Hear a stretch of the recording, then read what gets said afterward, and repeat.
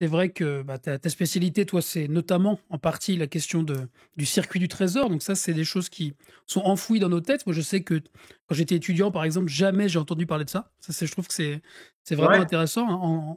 En 5 années, pourtant c'était dans un IEP, tu vois? Donc il y avait, c'est pourtant le genre de choses qu'on est censé entendre. J'avais jamais entendu parler de ça. Donc en fait, c'est en lisant par moi-même qu'on finit par découvrir des choses et que il y a vraiment quelque chose que tu dis qui je trouve très intéressant, c'est que en fait, on est passé tellement à un nouveau normal aujourd'hui et la façon dont ça fonctionne est tellement ancrée en nous, qu'on est parfaitement incapable, en fait, ne serait-ce même que de se rappeler que ça existait, quoi. C'est presque de la préhistoire, ce truc-là. Tu sais que c'est intéressant que tu dis ça parce que dans les IEP, donc Sciences Po, où on forme les futures élites, ça a été la tradition de parler de ça, hein, assez longtemps, hein. Même quelqu'un comme Michel Pébroux, alors je ne sais pas si ça dit des choses aux auditeurs, mais il a enseigné à Sciences Po. En fait, il y avait une tradition d'enseigner à Sciences Po pour les gens qui dirigent le Trésor. Je pense que ça se fait toujours. Et donc, les cours que tu recevais, Mathieu, on enseignait ce qu'il est bon de faire et ce qu'il est bon d'oublier, en quelque sorte. Et alors, bon, bah, toi, tu l'as pas eu, mais bon, il semblerait quand même qu'on en parle dans les années récentes comme les pratiques à ne pas reproduire, ou en tout cas Ouais. des choses assez inédites, mais qui vont pas dans le sens d'un financement sain, convenable de l'État. Et des fois, quand je présentais mes travaux, souvent, tu avais toujours des gens qui, dans la salle, disaient ah, bah oui, bah, ça me rappelle des souvenirs. Ouais. Donc, ça dépend de l'âge des gens. Soit on leur en parlait d'une manière très positive, soit d'une manière comme quelque chose vers lequel il ne faudrait absolument pas songer à revenir, soit un mauvais souvenir en quelque sorte. Pour Mais, certains, un mauvais souvenir, ouais. mais bon, c'est intéressant ce truc-là parce que tout ça pour dire que les praticiens aujourd'hui du Trésor, ils enseignent aux nouvelles générations. Et donc, ils enseignent certaines choses et pas d'autres. Donc, tu vois, ce que tu dis, c'est vraiment intéressant sur ce qu'on transmet, ce qu'on cherche à faire travailler comme héritage ou pas, comme héritage de connaissances et comme futur possible en quelque sorte aussi. Ouais. Ce qu'on transmet ou justement, en l'occurrence, ce qu'on ne transmet plus d'une certaine façon. Mais alors dans le chat, ça dit, ça fait 3 jours que j'en ai entendu parler, je veux que le circuit du trésor rentre dans ma vie maintenant. Donc il y a des attentes très fortes pour comprendre ce que c'est. Et moi, j'ai bien fait en sorte de ne pas le dire avant pour justement bah, pas prendre la place sur toi. Mais du coup, ce soir, si ça te va, ce qu'on avait dit à peu près, c'était de faire ça un peu en 3 temps, quoi. Peut-être Mhm. commencer par repartir de l'actu, parce que c'est toujours bien de se rattacher justement à ce qui se discute en ce moment, avoir un peu ton avis aussi sur les histoires de cantonnement, d'annulation. On a lu un de tes papiers dans l'IB il y a pas longtemps, là, donc ça donne déjà une base, mais ça n'empêche pas de répéter des choses, bien au contraire. Et puis après, on pourra peut-être parler, bah, justement, faire ce petit retour historique sur bah, les années qui sont maintenant un peu lointaines, hein, de post-Seconde Guerre mondiale, avec ce circuit du trésor, comprendre dans les grandes lignes comment ça fonctionnait, sur quoi c'était assis, etc. Ça que tu nous expliqueras, je pense, très bien. Et puis après, comment on est passé à ce que tu appelles l'ordre de la dette. Ça, je pense que la définition, elle est hyper intéressante à avoir pour nous tous et nous toutes ici. Et puis voilà, puis après rebuter sur l'actu, quoi, entre guillemets, tu vois, faire, on part de l'actu, on repasse par l'histoire, et puis on revient à l'actu pour ouvrir un peu justement des perspectives. Moi, je trouve que c'est une bonne manière de faire. Si tu es d'accord, on peut faire Très comme bien. ça. Super. Et ben alors commençons tout de suite sur l'actu. Comment tu vois ce qui se passe en ce moment sur la dette, sur tout ce qui se discute, sur là où on en est, etc. Bah, si on part ouais, des deux propositions, je dirais, symétriquement opposées, alors il faut expliquer pourquoi elles sont symétriquement opposées. Le cantonnement d'un côté et puis l'annulation. Pourquoi c'est symétriquement opposé? C'est-à-dire que le cantonnement, c'est vraiment, pour le dire très rapidement, le monde d'avant sur la dette et la quête incessante de revenir au monde d'avant la Covid, de revenir dans le monde d'avant la pandémie, dans un monde en quelque sorte rassurant pour les libéraux. Alors je vais tout de suite un peu qualifier politiquement cette option du cantonnement. Il me semble que c'est, on pourrait dire sur le plan financier, orthodoxie, on va expliquer ce que ça veut dire, et libéralisme des finances publiques avec une idée à la fois qu'un trop haut niveau de dette, ça signifie un trop haut niveau de dépenses publiques. Ce qui est visé, c'est souvent pas tellement la dette que la présence de l'État dans l'économie, son poids potentiel par rapport au poids du secteur privé. Et donc le cantonnement, bah, je veux dire, le terme lui-même dit les choses, c'est-à-dire qu'on cantonne la dette, on endigue le poids de l'État dans l'économie, on cherche à restreindre, et puis cantonner, c'est d'une certaine manière cantonner les effets potentiellement révolutionnaires ou subversifs de cette crise. C'est-à-dire que, je le disais, hein, cette crise, elle fait perdre les repères à tout le monde. Et ben, en cantonnant, en quelque sorte, on met de côté, on rassure, on stoppe le flot qui déborde, et puis on envoie un message dans le futur aussi, c'est-à-dire on envoie un message du retour à la normale, du retour à l'ordre d'avant. Alors cantonner, ça veut dire quoi? Ça veut dire tout simplement étaler dans le temps une dette et mettre en face une ressource fiscale dédiée, mettre un impôt en face de cette dette. Et donc, voyez pourquoi il y a beaucoup d'adversaires à cette proposition, pas seulement ceux qui portent l'annulation, hein, j'ai dit c'est le symétrique opposé, mais les opposants au cantonnement, ça peut tout simplement être des gens assez pragmatiques qui disent aujourd'hui, mais pourquoi mettre une ressource fiscale en face d'une dette ou la mettre dans un véhicule spécial alors qu'on pourrait faire rouler cette dette publique? Alors, je ne sais pas si Mathieu, tu en as déjà parlé du fait de faire rouler cette dette. Ça veut dire qu'en gros, la dette souveraine, on la rembourse vraiment jamais. Au lieu de dégager un revenu, par exemple, par un impôt pour rembourser un capital de dette, un montant d'emprunt, eh bien, on réemprunte sans cesse. C'est-à-dire que quand la dette arrive à terme, c'est-à-dire on a emprunté sur 20 ans, eh bien, au terme de ces 20 ans, au lieu de dégager un capital pour tout rembourser, on réemprunte et on fait rouler incessamment cette dette.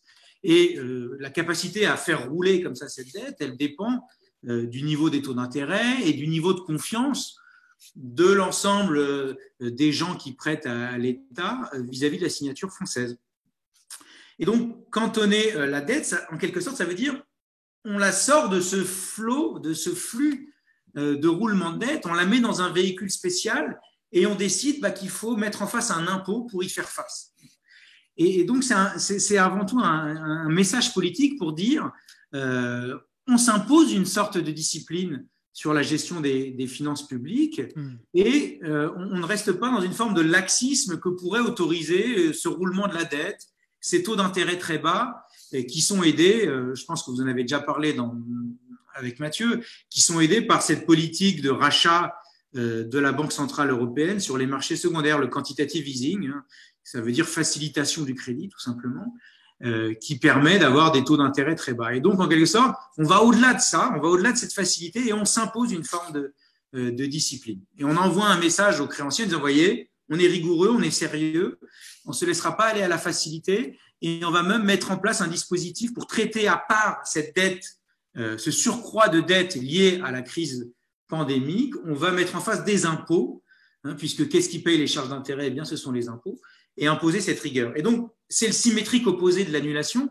J'y viens maintenant. Pourquoi? Parce que l'annulation, elle vise au contraire à dire, il y a certes un surcroît de dette lié au Covid, mais il est essentiel de se débarrasser de la contrainte budgétaire ou de la contrainte fiscale liée à ce surcroît de dette en annulant la dette détenue par la Banque centrale européenne. Donc, c'est le message politique inverse du cantonnement. C'est le message de dire, au contraire, on est dans une crise pandémique, on a un montant de dette Covid tout à fait inédit dans sa rapidité, j'ai envie de dire, hein, pas dans l'absolu. Et la meilleure manière d'y répondre, eh bien, c'est que cette dette détenue par la BCE, c'est-à-dire qui fait suite à ces rachats de dette des gouvernements par la Banque centrale européenne, le meilleur moyen, c'est de tirer un trait de plume comptablement sur ces dettes pour dégager au contraire des masses budgétaires et ne pas se contraindre à souffrir en quelque sorte, puisque un impôt, c'est une souffrance en quelque sorte, puisque on impose les revenus, on diminue des revenus à certains acteurs dans l'économie. Hein, évidemment, alors il y a un choix sociologique à qui on diminue des revenus dans l'économie. Et donc l'annulation, elle veut dire au contraire, il faut tout faire pour effacer cette contrainte et se permettre des leviers budgétaires très forts. Donc, c'est deux symétriques totalement opposées politiquement. Ouais. C'est marrant ce que tu dis sur le cantonnement, parce que je crois même que tu l'as écrit, certains voudraient dire que c'est la fin de la bamboche budgétaire, quoi. En gros, on arrête un peu le tir, quoi. Oui, il y a de ça, parce qu'en fait, on est en pleine, on n'est pas vraiment en pleine bamboche. D'ailleurs, parce que je dis même, si jamais elle a eu lieu, parce que ce qu'on voit, c'est que les plans de relance, ça a surtout été des garanties publiques de crédit, en fait. C'est-à-dire que l'État a ouvert un peu les vannes du crédit et a fait des prêts à tout plein de petites et moyennes entreprises pour maintenir le système économique en état de survie. Mais ça passe par du crédit qui est garanti par la puissance publique. Ça veut dire quoi? Ça veut dire en cas de défaillance, en cas de faillite, l'État se porte garant de ses dettes privées, en quelque sorte. Mais on n'a pas un plan d'investissement budgétaire ou dans le social, dans l'éducation, dans l'hôpital, dans le sanitaire, qui soit vraiment à la hauteur, il me semble. Donc c'est pour ça que je dis, c'est pas vraiment une bamboche, mais néanmoins, c'en est déjà trop en quelque sorte pour la version orthodoxe, la version cantonnement libéral. Et il faut siffler la fin de la récré et il faut mettre en place des dispositifs qui montrent que on va revenir à l'équilibre budgétaire. En tout cas, même si on ne peut pas directement le faire, ce cantonnement, il affiche qu'on vise à le faire dans l'avenir et qu'on vise à revenir dans ce monde d'avant. Alors, c'était quoi ce monde d'avant? C'était le monde des indicateurs de Maastricht, les 3% de déficit, les 60% de dette. On avait des horizons contraints comme ça. Alors certes, on les foulait aux pieds, on les dépassait, mais ça envahissait le débat public, on ne cessait d'en parler. À chaque fois, il faudrait revenir en dessous de ces 3% de déficit, il faudrait revenir en dessous de ces 60% de dette. C'est la bonne manière de faire, en quelque sorte.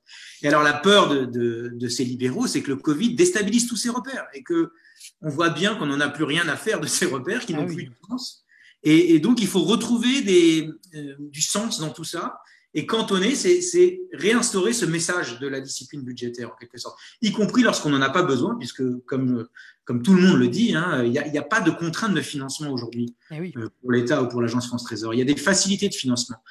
Alors, il y a des économistes comme Xavier Rago qui insistent sur le fait qu'il y a un surcroît d'épargne, il y a une épargne surabondante. Et donc, les investisseurs ont besoin de placer les investisseurs ou les gens qui bénéficient de cette épargne ont besoin de la placer dans des actifs sans risque, dans des titres sûrs. Et les dettes souveraines font partie de ces actifs sans risque. Et donc, il y a l'Agence France Trésor, du coup, elle innove. En ce moment, elle émet de plus en plus d'OAT à 50 ans, donc une dette sur très, très long terme, avec un taux moyen de 0,5%. Ouais, ça, c'est incroyable. Même à horizon de très long terme, il y a une forte demande pour ces titres. Et on y reviendra. Donc là, il y a un marché, c'est-à-dire qu'il y a une offre d'épargne, des gens qui veulent placer la dette, et puis l'État propose des titres. Et donc, vu qu'il y a beaucoup de demandes pour ces titres, les taux sont très faibles. Et puis, c'est aussi lié au quantitative easing de la Banque centrale européenne. Mais donc, vous voyez, en période où il n'y a pas de contrainte de financement, on cherche à envoyer des messages. Et donc, c'est là où il y a clairement, c'est clairement une volonté de revenir à un monde où d'anticiper, pour leur rendre justice, d'anticiper un monde où on n'aura plus ce système de facilité, en quelque sorte. Et oui. On prend les devants d'un risque crédit, d'un risque sur la dette. Et donc, on cherche à verrouiller les choses en amont, dans les messages qu'on envoie aux investisseurs, dire, regardez, on est discipliné, on est rigoureux. Au cas où la BCE changerait de politique, cesserait de racheter ses titres, eh bien, on aurait des finances publiques orthodoxes, bien serrées, bien rigoureuses à présenter aux investisseurs. Ok, ça c'est vachement intéressant. C'est vrai que ce que tu dis, il y a quelque chose de très profondément politique. C'est en fait ce qu'on voit aujourd'hui, c'est que de fait, quand on veut faire de la bamboche, on peut, il n'y a rien qui s'y oppose. Donc le risque, je trouve que c'est très frappant chez Le Maire, ça. Le risque qu'on s'habitue à faire autrement, quoi. C'est que du coup, on finisse par y prendre goût collectivement au fait que quand on veut faire autrement, on peut. Il faut surtout envoyer le message que non, c'est pas possible. Donc très très vite, on va revenir à autre chose. On va mettre ça dans des trucs très très compliqués. En plus, personne connaît la CADES. On va payer ça par des impôts qu'en plus personne ne connaît non plus. Ils sont sur les fiches de paye, mais personne ne sait ce qu'ils veulent dire, à quoi ils correspondent. Et puis au bout de 10 ans, hop, au moins cette partie-là, elle sera payée, quoi.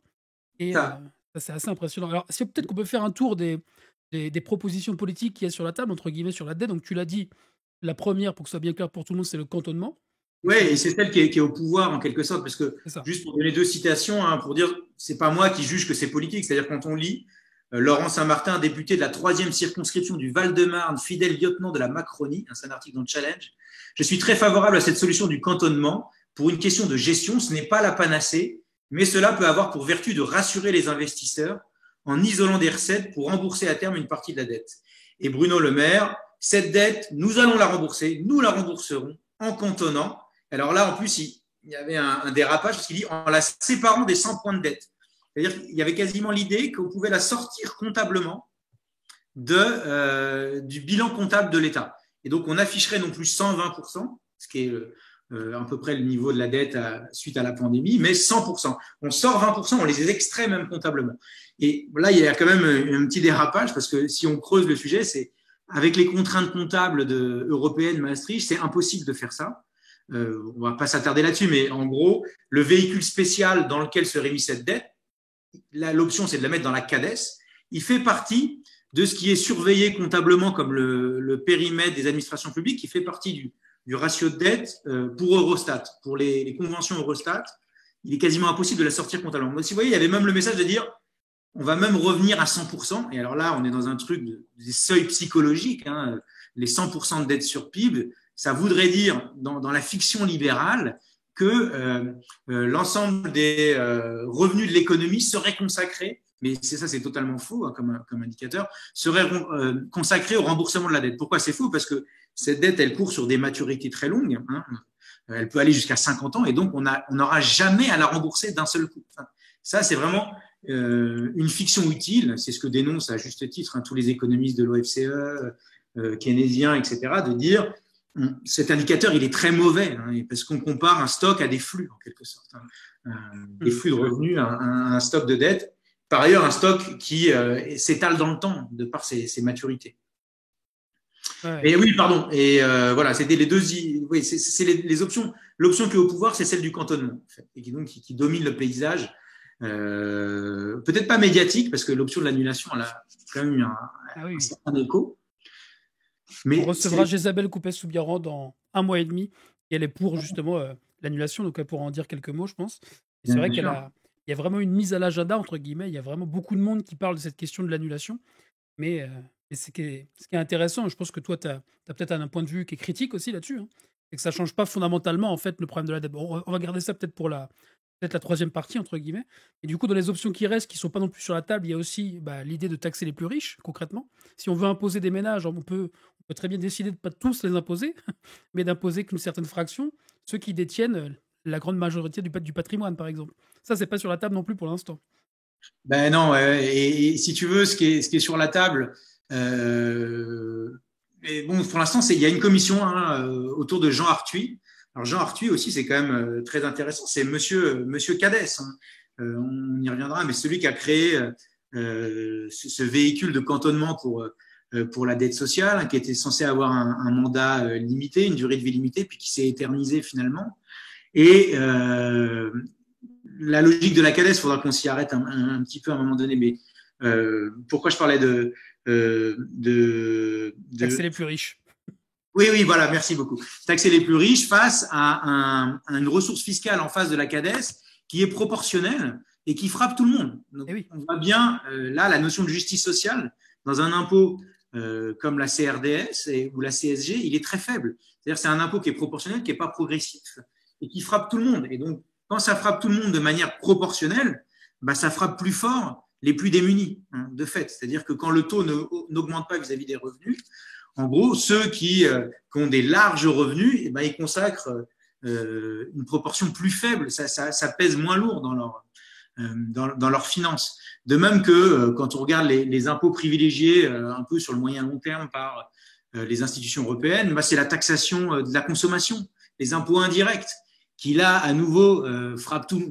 C'est une proportion fixe, hein, la TVA ou toutes les taxes sur la consommation, mais ça pèse plus lourd sur les budgets des plus démunis, de ceux qui ont moins, puisque ça pèse sur leurs dépenses courantes, et les dépenses courantes pour ces ménages-là, pour ces gens-là, ça pèse, c'est une grande majorité de leur budget. Ils ont peu d'épargne. Donc, à nouveau, c'est taxation de l'épargne, c'est pas à l'agenda, taxation des patrimoines, c'est pas à l'agenda, mais ce qui est à l'agenda, c'est plutôt des ressources de ce type-là qui sont peu progressives, donc, qui sont assez injustes socialement. Ah oui. Et donc, avec Anne-Laure Delatte, je ne sais pas si tu en as parlé, mais oui, on hésitait entre deux positions, à la fois de critiquer le cantonnement. Bon, globalement, on critique le cantonnement, mais on considérait que c'était, si on prenait au sérieux cette mission, cette commission sur les finances publiques, ce serait l'occasion de faire un audit, un véritable audit de la fiscalité et des ressources générales de l'État et des publics qui sont servis par ces finances publiques. En gros, d'assumer que dans les finances publiques, c'est le nouveau siège de la lutte des classes. C'est là où se jouent des redistributions massives de revenus. C'est là où se jouent des décisions d'arbitrage entre classes sociales. Mais sauf que c'est jamais dit de la sorte. C'est souvent technicisé. Ça passe de manière discrète par un. Alors, de moins en moins, je trouve quand même, les finances publiques deviennent de plus en plus démocratisées. Mathieu, tu y contribues, mais plein d'autres médias se saisissent de la question à travers la monnaie, à travers. Ah oui, puis on se remet à poser la question qui est exactement celle que je dis quand tu parles de l'unité des classes, c'est quand on fait une politique comme celle-là, qui gagne, qui perd? C'est pas plus compliqué que ça. Quel Absolument. ménage y gagne, quel ménage y perd? Et là, pour l'instant, le choix, et qui n'est pas assumé comme ça, mais qui est très clair, enfin, il est semi-assumé comme ça par Bruno Le Maire. Il dit très bien, on va pas taxer les plus riches, vous vous rendez compte, on a déjà une difficulté économique. Et dans son cerveau, pour lui, la relance, ça passe par la relance d'abord des revenus des plus riches pour qu'ensuite, par magie, il y ait de la relance sur l'ensemble de l'économie. Bon, évidemment, on a beau lui expliquer depuis des années que ça marche pas comme ça, le circuit économique, il a un peu de mal à le comprendre. Mais le choix qui est fait est celui-là, quoi. Et du coup, c'est vrai que c'est cette histoire d'audit citoyen, ou d'ailleurs pas seulement pas ou autre chose, hein, mais d'audit collectif, ça permettrait déjà qu'on se mette d'accord autour d'une table sur qu'est-ce qu'on fait vis-à-vis de nos finances publiques. Alors que là, la décision qui a été prise en août, personne n'est au courant même que ça a été pris, en partie, quoi. Le transfert à la CADES, le cantonnement, la décision a déjà été prise, quoi. Quand même assez Ouais, dingue alors quand on y ils pense. l'assument pas encore. Ils l'ont prise, mais c'est encore un peu dans les cartons sur le montant exact, le véhicule, la ressource. C'est pas encore totalement tranché. Mais il y a encore cette commission là qui est en place. Mais comme tu dis, cette commission, bah, citoyenne, si, il y a aucun représentant des citoyens là-dedans. C'est-à-dire que, en gros, ce sont des gens de commission des finances, de services de l'État. Ça ressemble à la commission Pébro que j'avais Ah beaucoup oui. décortiqué moi dans mon travail en 2005. Alors pour les plus jeunes, c'est la préhistoire, mais c'est les débuts de l'histoire de la dette dans le débat public. Hein, enfin, les débuts. Dans l'histoire récente, en tout cas, c'est le début du compteur de la dette qu'on fait circuler sur les plateaux télé. Le rapport Pévreau qui à l'époque chiffre, oh là là, mais c'est pas 66%, mais c'est 120. Alors à l'époque, 120, c'est une bombe dans l'espace public. Là. Et avec l'idée, bah, il faut réformer les retraites parce que ce surcroît de dette, le passage au 120, il est lié à la dette implicite de l'État vis-à-vis des fonctionnaires et qu'il faudrait comptabiliser. Donc vous voyez, à l'époque, on est dans une idée, il Les fameux faut fonctionnaires qui coûtent trop cher, hein, tout le monde le sait. exactement, mais il faut sensibiliser, il faut des chiffres qui font peur. Alors aujourd'hui, c'est le problème inverse. On a les chiffres qui font peur et il faut au contraire chercher à les atténuer, ces chiffres, pour revenir dans un monde d'avant, dans un monde où tout est sous contrôle, où ces statistiques sont sous contrôle, et à tel point que ces statistiques peuvent avoir de l'impact sur le débat public et structurer le débat public. Donc, on a souvent dit que les ratios de Maastricht, ça sert à rien économiquement, que c'est un non-sens, que c'est de la numérologie. Hein. Il y avait plein d'articles qui disaient c'est comme une cartomancienne avec des chiffres non significatifs. Néanmoins, moi, je pense que sociologiquement, ils avaient un poids, en fait. C'est-à-dire qu'ils revenaient sans cesse dans le débat et ils cloisonnaient le débat public. Hein. Donc, en revenant, en étant récurrents, même si on les dépassait, ils avaient cette fonction de conscience, de surmoi, hein, presque, pour inhiber les gouvernements et inhiber les programmes politiques. Hein. Il y avait juste après le rapport Pébro, il y avait l'Institut de l'entreprise, qui est un institut patronal, qui avait imposé un chiffrage des programmes politiques auprès de cet institut d'entreprise. Cet institut d'entreprise faisait les chiffrages et donc il y avait les bons programmes, ceux qui n'allaient pas coûter aux finances publiques, et puis les mauvais programmes, C'est ceux qui allaient, incroyable, ça. ceux qui Ils ont allaient coûter aux confié dépenses ça. publiques.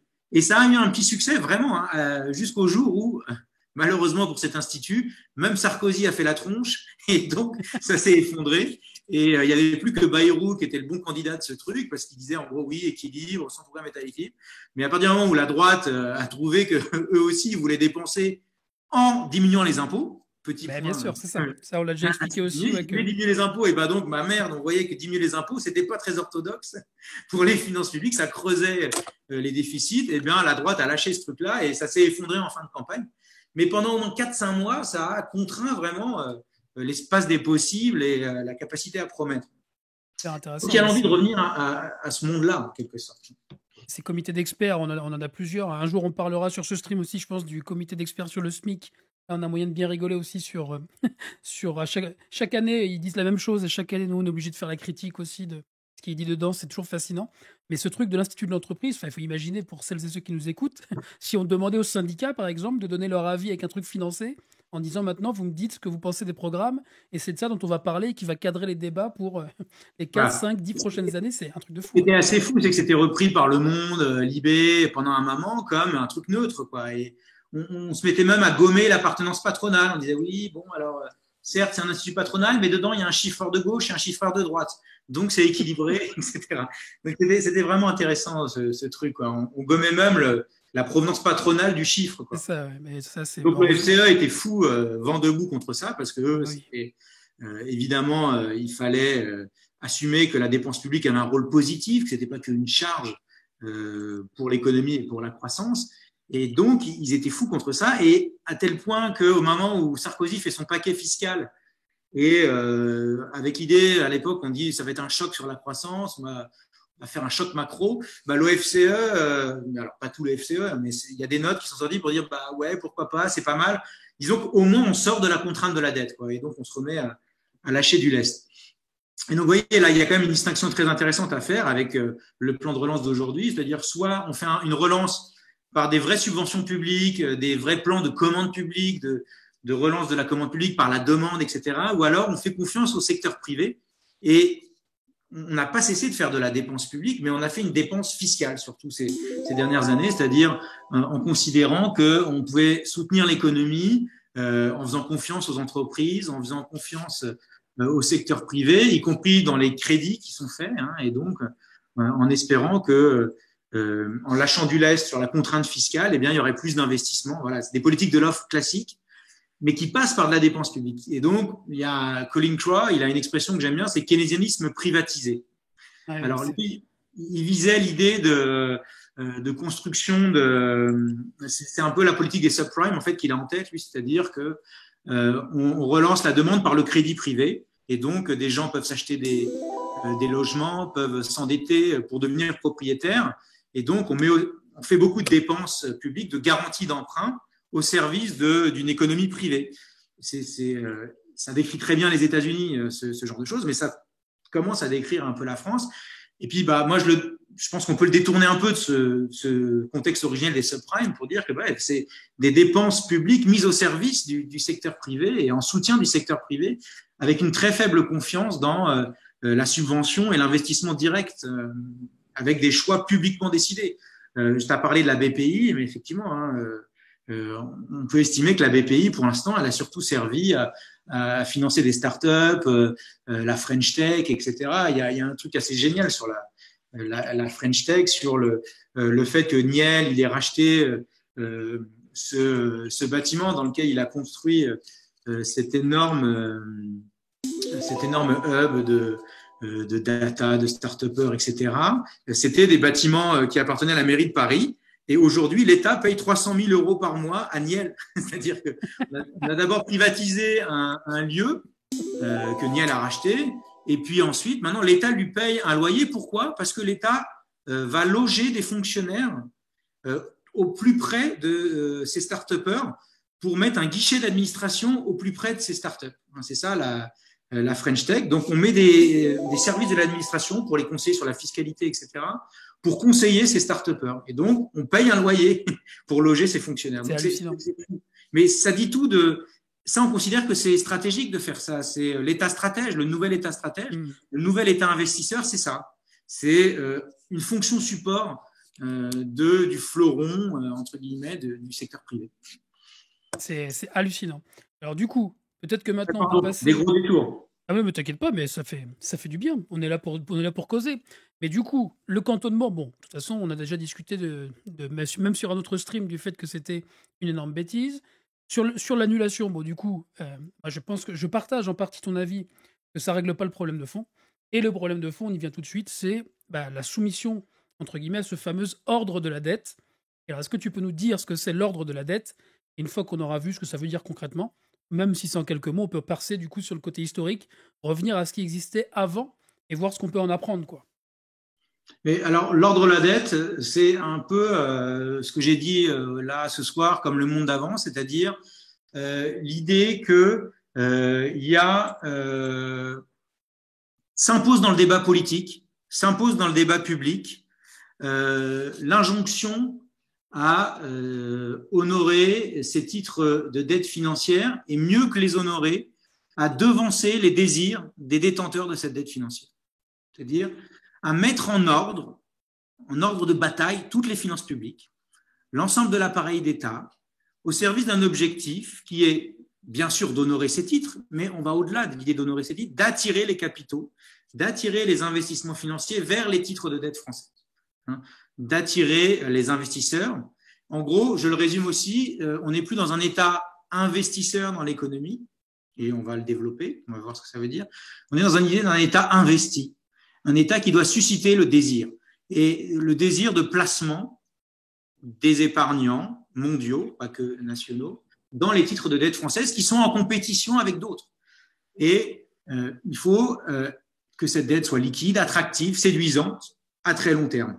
Et donc, ça a l'air très technique comme ça, mais dans des périodes moins faciles que celle du quantitative easing, ça voulait dire mettre en ordre de bataille toutes les réformes de l'État, les réformes des retraites, les réformes de l'assurance maladie, le un fonctionnaire sur deux, ça c'est aussi des notions qu'on a un peu oubliées, le non-renouvellement d'un fonctionnaire sur deux, ne pas augmenter les dépenses publiques plus vite que l'inflation, avoir des normes d'équilibre, etc. Donc, il faut tout mettre en ordre pour se conformer à ce désir des investisseurs. Et donc oui, pour le dire très vite, on peut dire asservissement, dépendance vis-à-vis des marchés de capitaux. Alors tout le truc, c'est qu'aujourd'hui, et je pense que les gens, enfin, c'est pas faux du tout, c'est-à-dire que cette contrainte, cet asservissement, il est mis en sommeil pour l'instant. Il y a une pause en quelque sorte, qui est autorisée par ce quantitative easing, mais néanmoins, il est toujours là, il demeure, et il est prêt à être réactivé à n'importe quel moment. Et il faut avoir en tête un exemple de réactivation comme celui de la Grèce, où la BCE s'est montrée discrétionnaire, s'est montrée obéissante vis-à-vis d'injonctions politiques qui étaient de faire de la Grèce un exemple, et donc d'imposer l'austérité, quitte à recourir à des moyens techniques, financiers, d'assèchement des liquidités bancaires grecques, etc., pour mettre la pression. En gros, l'ordre de la dette, c'est la capacité des investisseurs, de la sauvegarde de cette parole d'investisseur, de la sanctuarisation de cette parole d'investisseur au détriment d'autres objectifs de politique publique. Et en gros, la Grèce, c'est la capacité à mettre la pression austéritaire sur un pays. L'ordre de la dette, par exemple, pour bouger un peu de la France, je donnerai des exemples en France des années pré-BCE, pré-quantitative easing, c'est penser aux pays dits émergents qui, dans les années 80, 90, lorsque ils avaient un problème de solvabilité, c'est-à-dire qu'ils ne pouvaient pas à la fois payer leurs fonctionnaires, payer leurs dépenses sociales et payer leurs créanciers, soit privés, soit internationaux, eh bien le FMI venait. Le FMI prêtait de l'argent, faisait un plan d'assistance financière, prioritairement pour tenir ses engagements, c'est-à-dire que pour qu'il n'y ait pas de défaut, ou le défaut le plus faible possible vis-à-vis des investisseurs privés, en échange d'un plan d'ajustement structurel, c'est-à-dire en conditionné à des grandes réformes structurelles, en gros à un verrouillage de leur choix politique, un verrouillage de leur souveraineté en échange d'un plan d'assistance financière. Donc l'ordre de la dette, c'est la façon dont, de façon plus subtile en France, puisqu'on n'a pas récemment eu de plan d'ajustement structurel du FMI, de façon plus subtile, via les marchés de capitaux, on a des conditionnalités, on a des conditions qui sont posées à notre horizon politique, à notre capacité démocratique à imaginer des mondes possibles et des programmes possibles qui sont conditionnés par les marchés. Et ça passe par cette volonté de séduire des investisseurs. Et donc, vous voyez la phrase de Lemaire, dit ce cantonnement, il est un message envoyé aux investisseurs, quand bien même tout se passe bien pour l'instant au niveau de l'Agence France Trésor, des taux de refinancement de la dette française. Donc on passe notre temps à essayer d'envoyer des messages aux investisseurs. Et Et alors, oui, du coup, j'imagine qu'on peut faire autrement. absolument. On peut faire autrement et on a fait autrement. On a fait autrement à des périodes assez inédites, un peu similaires à la période qu'on vit aujourd'hui. C'est-à-dire que faut se souvenir qu'en début de Covid, on parlait de guerre sanitaire, etc., etc. Donc on se mettait à réenvisager un monde nouveau. Et je pense qu'aujourd'hui les volumes en jeu de perte de croissance, etc., sont assez similaires à des situations post-guerre. Et là où on n'a rien imaginé autre chose, tu m'invites à en parler, Mathieu, effectivement, c'est pendant les guerres, et notamment après la Seconde Guerre mondiale, avec un système où il faut imaginer que la banque, c'est l'État. Voilà. Que l'État a joué un rôle de banquier après la Seconde Guerre mondiale. Et les gens qui sont les hauts fonctionnaires, en gros des technocrates, les technocrates qui sont arrivés aux commandes après la Seconde Guerre mondiale, ils ont voulu rompre avec tout ce que je viens de décrire, avec l'ordre de la dette, avec l'idée que on allait faire dépendre le financement de l'État de l'opinion de créanciers, de l'opinion de détenteurs de titres. Pour eux, c'était hors de question et ça allait de pair avec une forme, ce qu'ils appelaient un malthusianisme, c'est-à-dire le culte de la rareté et donc de la faiblesse de l'intervention publique dans l'économie et cette fébrilité du crédit. C'était quelque chose, il n'était pas question, et d'ailleurs, je veux dire, ça allait presque de soi en quelque sorte, que on ne reconstruirait pas le pays si on ne rompait pas avec cette dépendance au crédit de l'État. Et ça, en quelque sorte, on peut l'illustrer. Il y a des choses assez intéressantes. Donc, en gros, il faut distinguer deux périodes. Il faut distinguer la période d'avant les guerres, du long 19e siècle, où on a quelque sorte un trésor. Donc, il faut maintenant s'attarder 2 secondes. Donc, le trésor, c'est la direction qui, au ministère des Finances, gère la caisse de l'État. Elle est chargée de financer. Quand il y a un déficit, donc ça, c'est le budget la direction du budget qui s'occupe de voir les rentrées fiscales et la masse des dépenses publiques. Donc, le budget, il essaye de boucler le budget avec le plus faible déficit possible. Mais une fois qu'il y a le déficit, il faut bien le financer parce que l'État qui a un compte à la Banque centrale ne doit pas être à zéro. Et donc, il faut sans cesse mettre en place un programme d'emprunt pour ne jamais être à zéro sur son compte et pour donc combler ce déficit. Et après la Seconde Guerre mondiale, il y a l'idée que on va devoir mettre en place des systèmes inédits pour financer ce déficit, un système qui ne soit pas dépendant de l'opinion des rentiers. Donc pour l'instant, la seule façon qu'on a, parce qu'on se l'est assigné, c'est que quand on veut combler, du coup, on emprunte sur les marchés financiers. C'est ça, exactement. En fait, l'idée. Et sauf qu'à l'époque, il y avait d'autres circuits qui existaient.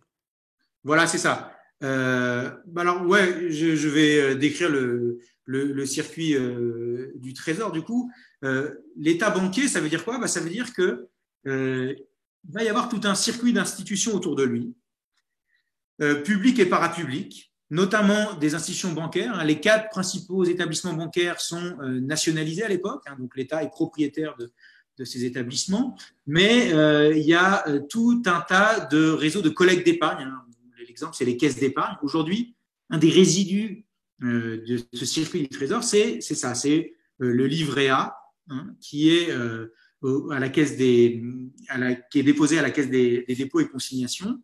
Eh bien, les fonds de ce livret A, ils alimentent en quelque sorte ce qui reste du circuit du Trésor aujourd'hui. Et à l'époque, il faut imaginer ce livret A, ou cet équivalent du livret A, il avait des tas de semblables en quelque sorte. Il y avait tout un réseau d'institutions satellites qui avaient pour obligation de déposer leur trésorerie. Ça veut dire quoi? Ça veut dire que tous les fonds qu'ils collectaient, ils devaient les déposer vers le trésor central. Ça, c'est incroyable quand même quand on y pense aujourd'hui. Ça veut dire que les banques, concrètement, ce réseau de banques avait l'obligation de déposer sur un compte géré par l'État, concrètement. Oui. Et ça, c'est quand même un truc. Je ne sais pas si on imagine ce que ça peut représenter par rapport à la situation d'aujourd'hui, quoi. Excuse-moi de t'avoir coupé. Non, bien sûr, mais c'est ça, c'est l'État banquier. Et donc, il y a aussi un autre très bon bouquin de Lord Welker qui, voilà, c'est l'État banquier et la croissance. C'est avec cet État banquier qu'on a payé la reconstruction, qu'on a reconstruit le pays. Il y a d'autres économistes qui parlent de la reconstruction payée par la monnaie. Cet État, il est banquier, il assure des fonctions de banque et il se sert de ce dépôt au jour le jour pour financer quoi? Non pas sa dette à très long terme, mais pour financer ce qu'on appelle la dette flottante, la dette à très court terme. Et donc ces établissements déposent leur trésorerie et lui, le trésor lui-même peut se servir de ces dépôts de trésorerie pour financer d'autres choses. Donc il a plein de flux qui viennent à lui et il peut se servir de ces flux en partie pour financer son déficit à très court terme. Il y a un autre élément très important. Donc la Banque de France est complètement nationalisée en 1945. Donc, il n'y a pas d'idée d'indépendance, etc. Il y a les 4 plus grandes banques de dépôt, Crédit Lyonnais, Société Générale, Banque nationale pour le commerce et l'industrie, Comptoir national d'escompte, qui sont des propriétés d'État. Et par ailleurs, on installe des commissaires au gouvernement auprès des principales banques d'affaires. Et enfin, il y a quand même une institution assez géniale, ça s'appelle le Conseil national du crédit, qui va être présidé par le ministre des Finances et le vice-président, c'est le gouverneur de la Banque de France, mais vont composer ce Conseil national du crédit des représentants des principales forces économiques et des organisations socio-professionnelles de la nation. Donc, ça veut dire des syndicats, de patronat, mais aussi des syndicats ouvriers, des grandes administrations, des établissements de crédit, et qui vont en quelque sorte créer une petite démocratie du crédit, et qui vont décider collectivement des secteurs stratégiques où investir pour l'État dans les secteurs qui comptent, dans les secteurs importants. Donc, vous voyez, l'idée, c'est de limiter la puissance des milieux financiers. Et la Banque de France elle-même, elle est en quelque sorte intégrée. On ne fait pas non plus confiance à la Banque de France, vous voyez, parce qu'il y a quand même une histoire permanente en France et ailleurs de concurrence, de guerre de territoire entre ces deux institutions que sont le Trésor et la Banque de France. Donc, l'indépendance, ça n'est qu'un marquage juridique à un moment donné de cette concurrence systématique. Idéologiquement, idéologiquement, c'est peut-être un peu trop fort, mais disons qu'il y a des guerres d'organisation systémiques. C'est-à-dire que le Trésor, lui, il a plutôt tendance à vouloir tirer sur le levier des avances que va lui faire la Banque de France, parce que je vais y revenir, mais il y a aussi un système d'avance plafonné vis-à-vis de la Banque de France. Il va tendance à être un peu moins soucieux de la contrainte monétaire, alors que la Banque de France, ça va être la direction la plus sensible aux intérêts financiers et à la défense de l'épargne, à la défense de la valeur de l'épargne, puisque ça, vous le savez, voilà, le problème des épargnants, c'est qu'une inflation, ça diminue le pouvoir d'achat de leur épargne. Et donc, la Banque de France, elle va être garante, elle se veut la garante de cet ordre monétaire, de cette valeur de la monnaie, et donc va être la plus proche, la plus sensible à ces arguments financiers. Et donc, ce Conseil national du crédit, c'est on ne fait plus confiance à la Banque de France, et en quelque sorte, on crée un dispositif démocratique avec une composition sociale assez hétérogène, avec certes des chefs d'entreprise, etc., mais aussi des représentants syndicaux qui vont atténuer, qui vont en quelque sorte encadrer ce pouvoir discrétionnaire de la Banque de France. En tout cas, on va modérer cette banque. Et ça traduit une hiérarchie des valeurs, en quelque sorte. Vous savez, il y a eu pendant la crise Covid l'idée de c'est un renversement des valeurs, on se rend compte de ce qui est essentiel, non essentiel. Il y a beaucoup d'économistes comme Dominique Méda qui ont plaidé pour que ça se pérennise, que vraiment on continue à considérer comme essentiel la dépense publique et sociale. Et donc, ce Conseil national du crédit, il traduisait une hiérarchie des valeurs où l'économique devait avoir la priorité sur les finances et le monétaire. La reconstruction économique devait avoir priorité, et ça se traduisait par des institutions du type du Conseil national du crédit ou du circuit du Trésor. Donc, circuit du Trésor, on l'a un peu dit, il y a l'idée que on a des mécanismes contraignants qui conduisent des institutions publiques et parapubliques à déposer au Trésor les ressources qu'elles collectent. Ça permet de couvrir une large partie des déficits et ça les finance donc du coup de manière quasi automatique. On utilise ces ressources de trésorerie et surtout ça fait que alors c'est des dépôts à vue, ça veut dire que cet argent il appartient pas au Trésor, c'est juste un dépôt. Comme quand vous avez votre dépôt dans une banque commerciale, c'est votre argent, mais elle est déposée et donc la banque peut en faire ce qu'elle veut. Évidemment, elle vous le garantit, mais vous ne savez pas comment est organisée la trésorerie de cette banque. Eh bien, c'est la même chose pour le Trésor. En quelque sorte, il s'endette auprès de ce circuit institutionnel et non pas auprès d'un marché. Administré, quoi. C'est ça qui est important, je pense. Il y a vraiment une logique administrée, quoi. Institutionnel, administré et public et parapublic, c'est-à-dire que on reste dans les limites d'un circuit public. Et il y a un autre dispositif central, moi qui m'a beaucoup intéressé, parce que en quelque sorte, y compris lorsque le Trésor va s'endetter auprès des banques, on va rester dans une logique administrée. Et ce dispositif, c'est le plancher de bons du Trésor. Et il est vraiment central dans le dispositif, c'est-à-dire que le système bancaire, il ne va pas choisir de prêter ou non à l'État. il va prêter de manière forcée, contrainte, conformément à un règlement, le règlement du plancher. C'est-à-dire qu'en gros, il y a un quota, c'est comme des réserves obligatoires en quelque sorte. Les banques doivent respecter un quota de souscription de bons du Trésor obligatoire. Et elles ne doivent jamais descendre en dessous de ce quota. Elles ne doivent pas descendre en dessous du plancher. Alors, vous voyez, pour moi, pourquoi il est très important. Alors, à la fois, il y a l'idée que, il n'y a pas de désir ou non de se placer dans les titres d'État. C'est obligatoire. C'est un règlement. Deuxièmement, ça se fait automatiquement. Le Trésor, il parle de robinet ouvert, de guichet ouvert. C'est-à-dire que sans cesse, le plancher alimente, le respect du plancher, le respect du règlement alimente sans cesse cette souscription. En gros, il n'y a pas de séance dédiée. Il n'y a pas d'adjudication comme on en connaît aujourd'hui, puisqu'il y a cette souscription en permanence pour respecter un règlement, pour respecter des quotas obligatoires. Enfin, troisième élément décisif, le taux, comme Mathieu l'a dit, il est administré, il est décidé politiquement, il est décidé par une administration et donc il y a un levier d'adaptation et de coordination avec la Banque centrale. Vous voyez, parce que à la fois le Trésor, il ne va pas faire n'importe quoi, il va aussi veiller à être attentif à ce qui se passe au niveau du secteur bancaire.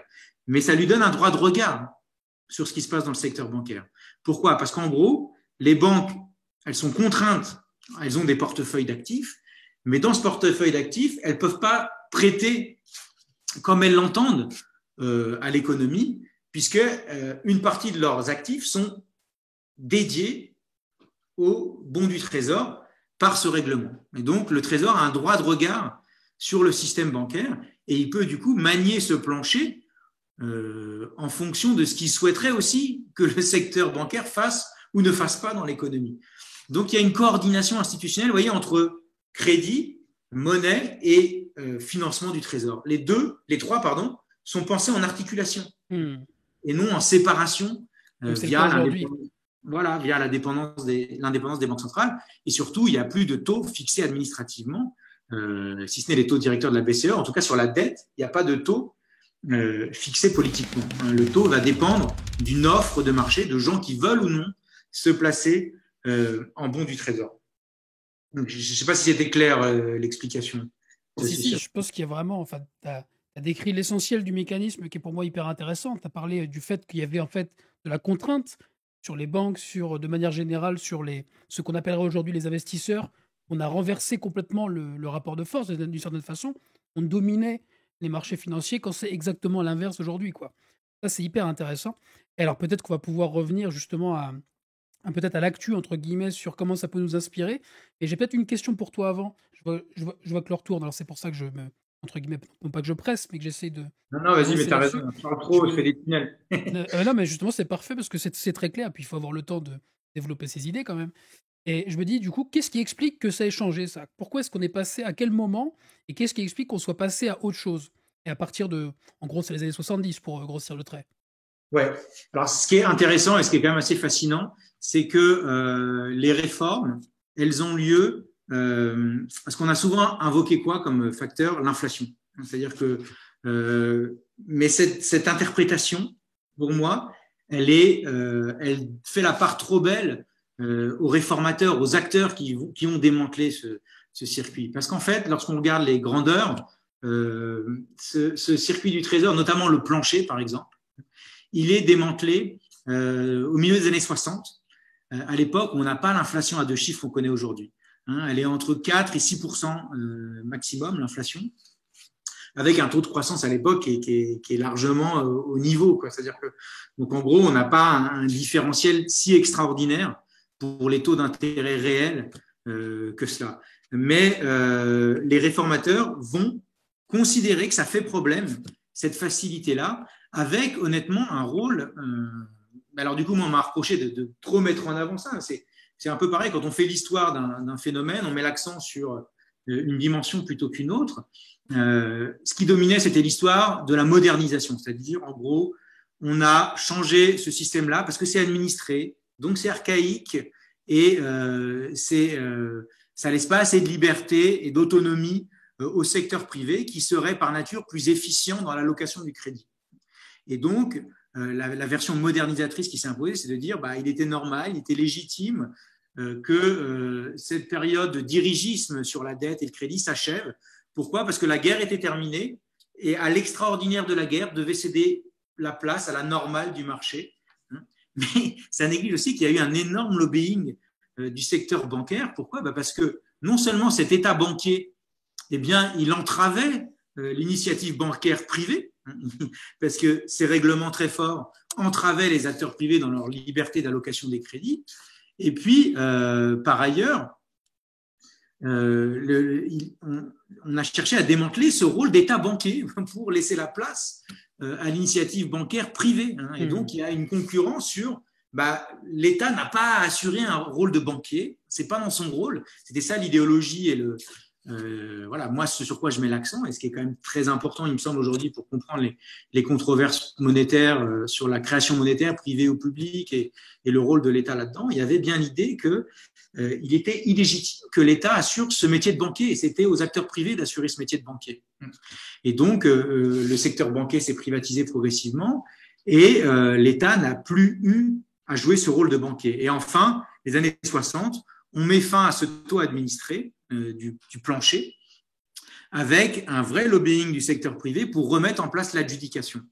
Et l'adjudication, je vous dis, c'est donc ces séances de vente aux enchères. Au lieu d'avoir un robinet ouvert, une souscription permanente, il y a l'État qui annonce un agenda qui dit là, je vais lever tant d'argent, j'ai besoin de lever tant d'argent en mars, en juin, en septembre. Et donc, il annonce, et puis du coup, il va y avoir une séance au cours de laquelle vont ou non se présenter des acheteurs de titres d'État, des prêteurs. Mais ils peuvent ou non se présenter. Et donc, il y a eu un vrai lobbying de place financière sur cette question de l'adjudication et le rétablissement de ces séances de vente aux enchères, puisqu'on considérait que c'était la bonne façon de procéder aussi, de dire que la bonne manière de décider du taux d'intérêt, c'est pas l'État lui-même, c'est que l'État, il doit laisser la possibilité au marché de décider ou non si ces titres ont de la valeur. Et ça, c'est un retour au monde d'avant la Seconde Guerre mondiale, ce monde d'avant vis-à-vis duquel voulaient se prémunir les modernisateurs d'après-guerre, qui était le péril de l'opinion des créanciers, mettre en risque la trésorerie publique au péril de leur goût et de leur désir ou non, et voire parfois de la spéculation. Et donc, il y a des notes très intéressantes dans cette période-là, où il y a certaines personnes au Trésor qui sont contre ces réformes. Le Trésor, il n'est pas unanime, il y a des services plutôt techniques qui vont faire certaines notes. Et puis, il y a Giscard, qui est ministre des Finances à un moment donné, qui va pousser l'expérimentation de ces séances de vente aux enchères, etc., pour à l'écoute de certaines paroles plutôt que d'autres, plutôt milieu bancaire et financier. Et certains services disent, mais non, mais ça va coûter plus cher si on fait ça, parce que via ce mécanisme, si on baisse le plancher, puisque pour recréer de l'adjudication, faut baisser le plancher pour avoir plus de séances de vente aux enchères à la place de ce quota réglementaire, eh bien, on se supprime un levier facile et très peu onéreux. Et donc, il y a toute une controverse sur combien ça coûte. Alors ça, c'est vraiment intéressant parce que pour se projeter aujourd'hui dans la controverse actuelle, quel est l'argument du Trésor lorsque on leur parle de mécanismes administrés, ou alors, je ne sais pas si certains ont en tête, mais il y a eu l'idée à un moment donné de refaire des obligations du Trésor auprès des particuliers, de ne plus passer par la médiation du secteur, ne plus être dépendant en quelque sorte des non-résidents et des investisseurs globaux, mondiaux, de dire on va réémettre de la dette auprès des Français, on va refaire des OAT détenus directement par les particuliers. Alors évidemment, c'était quand même les banques qui étaient chargées d'émettre ces titres, et donc vous pouviez aller devant votre banque et demander à souscrire à une OAT particulière, etc. Et généralement, l'argument du Trésor, dire ça coûte plus cher que de passer par des adjudications traditionnelles auprès des marchés financiers. Et donc, il y a toujours cet argument du coût, c'est-à-dire le taux d'intérêt serait plus élevé. Mais ce qui est toujours négligé dans cet argument du coût, c'est le coût politique. Il y a une version exclusivement financière de ce coût. Et le coût politique, on le voit à chaque fois que l'argument de la menace de la dette, de la menace des créanciers est réinvoqué pour serrer la vis sur la dépense publique. Et donc, moi, je plaide pour une vision globale du coût qui intègre dans la vision du coût ce coût de dépendance vis-à-vis des marchés de capitaux qui ont un désir finalement assez simple. C'est-à-dire que leur désir, c'est une inflation basse qui protège l'épargne à tout prix. Et ça a des tas de conséquences par la suite sur le budget, etc., etc. Mais c'est aussi la compétitivité des entreprises. Hein. J'avais une slide là, qu'on aurait pu illustrer, mais le Trésor, il va faire la promotion de ces titres dans les années 80.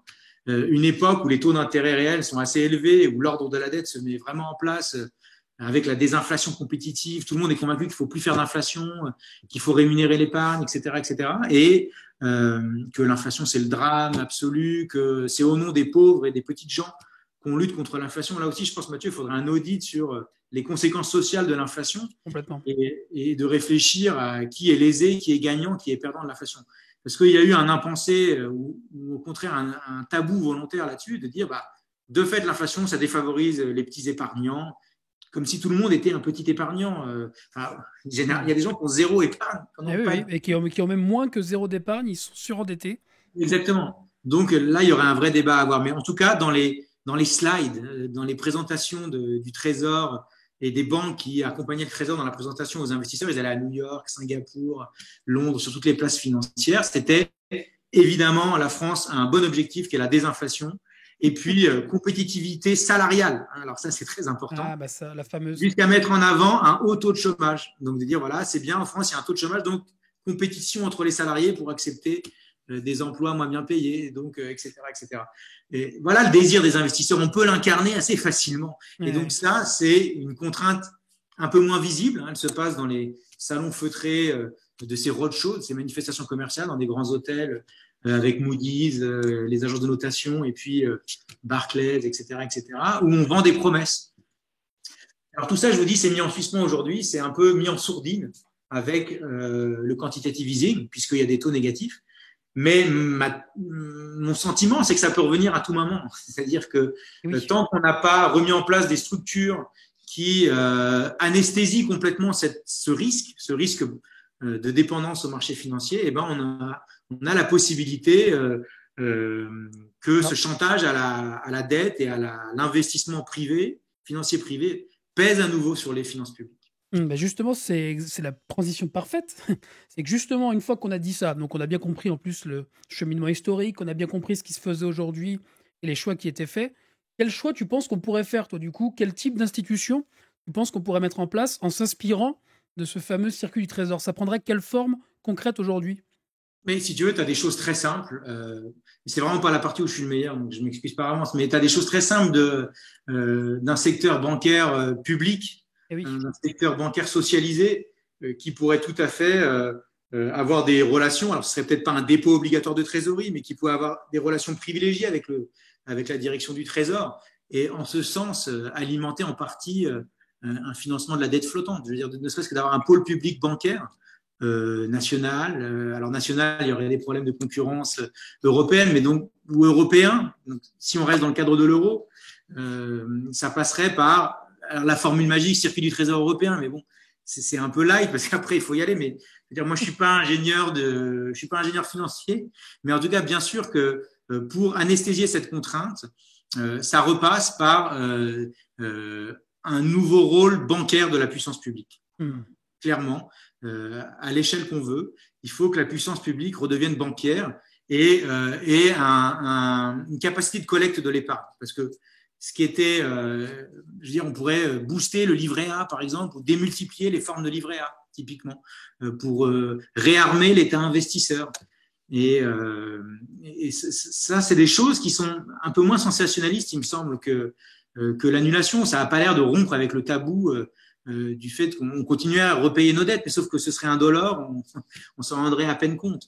Et par ailleurs, ce circuit du Trésor, typiquement, un truc très simple que je mentionnais dans une tribune, ça a même été évoqué par d'autres ministres des Finances, mais par exemple d'avoir un plancher de détention du Trésor, de bons du Trésor européens, italiens, français, allemands, obligatoires, décidé publiquement, c'est-à-dire que la Banque centrale européenne pourrait décider de fixer un quota de détention par pays, donc politiquement, ce qui fait que ça neutralise le risque de spéculation sur la dette italienne, parce que d'un coup, l'Italie se met à faire un plan de relance qui déplairait aux investisseurs, etc., etc. Donc on peut trouver des dispositifs réglementaires un peu identiques, mais pourrait imaginer européen, qui neutralise le risque de refinancement, le risque spéculatif sur la dette souveraine. L'idée, en fait, c'est que ce qui manque pour moi aux propositions d'annulation, c'est que on renonce à une créance détenue par la Banque centrale européenne pour refaire de l'emprunt privé. Il n'y a pas, mais je pense que aussi dans les sophistications les plus importantes, je pense que l'étape d'après, c'est un État investisseur. Complètement. Pour moi, c'est ça même l'essentiel, je crois. Ouais, mais sauf que c'est pour l'instant, ça passe par de l'investissement vert privé, quoi. C'est-à-dire que ce qu'on a annulé, on le réemprunte auprès du secteur privé avec des obligations vertes. Mais il faut juste adjoindre à ça. Ou alors, mais le problème, c'est que la stratégie, c'est de placer ça en amont. Stratégiquement, je suis pas sûr que ce soit la meilleure manière de procéder, parce que on peut avoir en face, au contraire, l'idée, bah ok, on annule, mais du coup, on resserre la vis parce que là, on a lâché du lest. Donc l'idée, c'est d'avoir une espèce de cohérence qui irait de la Banque centrale qui, on le rappelle, crée la monnaie. Ça, c'est l'idée qui aujourd'hui est indépendante. D'avoir aussi le système bancaire, donc d'avoir une gestion en partie au moins publique du crédit, pour faire en sorte que la monnaie qui part de la Banque centrale, qui arrive dans le système du crédit, soit gérée par le public, qui décidera ensuite qu'en faire concrètement en termes de projets d'investissement, etc. Voilà, c'est ce qui manque, si tu veux, c'est la coordination entre le monétaire et le budgétaire. Et donc, la coordination institutionnelle, politique, démocratique, parce que le problème du circuit du trésor, c'est que c'était éminemment technocratique aussi. Enfin, je veux dire, néanmoins, quelque chose comme le Conseil national du crédit serait plus intéressant, tu vois, quelque chose de paritaire, d'hétérogène sociologiquement, etc., qui pourrait se placer, comme tu le dis très bien, entre l'État et la BCE, entre le Trésor et la BCE, et les banques publiques et parapubliques qu'on peut appeler de nos voeux, décideraient exactement des secteurs dans lesquels investir. Parce que le problème d'une obligation verte, par exemple, c'est que tu restes tributaire de la confiance que tu fais dans le système financier privé et dans son efficacité à investir correctement l'argent par la suite. Et donc, recréer des dispositifs pour que l'État, la puissance publique, plutôt que l'État, puissance publique comme un X à définir, tu vois, moins technocratique, moins. Je veux dire, aujourd'hui, l'État, il est colonisé c'est un État gendarme, c'est un État main droite, keynésianisme privatisé, donc il est colonisé, il se met au service de classes sociales, etc. Donc, il faudrait rééquilibrer fortement ces formes d'incarnation de la puissance publique. On ne dira jamais assez que l'État, c'est le lieu d'un rapport de force.